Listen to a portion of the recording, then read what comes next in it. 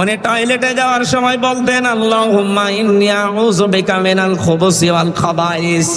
বের হওয়ার সময় বলতেন আল্লাহুম্মা ইন্নী গফরানাকা আলহামদুলিল্লাহিল্লাযী আযহাবা আন্নিল আযা ওয়া আফানি। বাম পা দিয়ে ঢুকে ডান পা দিয়ে বের হয়ে 8-10 মিনিট যে টয়লেটে কাটালেন, পুরাটাই ইবাদত। এটা মানেন তো? এখানে আলেম যারা আছে বলেন তো এই খারাপ কাজ ইবাদত হতে পারে? কারণ রাসূলের তরিকা 8-10 মিনিট না, যদি 1 ঘন্টাও আপনি বসে থাকেন, পুরো 1 ঘন্টা ইবাদত। আরো জোরে বলেন।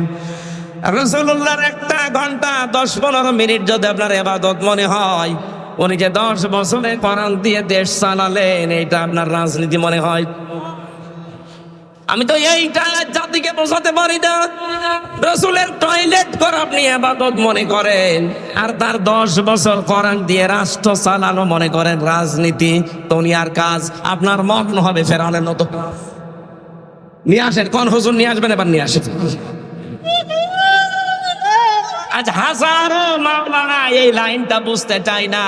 রাসূলের টয়লেটও মানে, বিশ্বনবীর বিবাহ শাদী মানে, কিন্তু নবীজির যে 23 বছরের এই যে নবুয়তের জিন্দেগির 10টা বছর তিনি চালালেন, 27টা যুদ্ধের নেতৃত্ব দিলেন, এইটা শুনলে ওর গায়ে আগুন চলে যায়।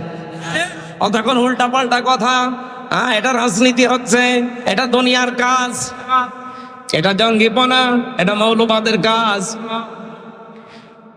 আপনি বলতে পারলেন এটা? মুসলমানদেরকে যদি এই দেশে কেউ আর কিয়ামতের আগে মৌলবাদ বলে, তাকে আমরা উচিত শিক্ষা দেবো ইনশাআল্লাহ। কিসের মৌলবাদ? এই শব্দের ধোয়া তুইলেই তো এই 15.5 বছর হাজার হাজার মানুষ গুম হয়েছে।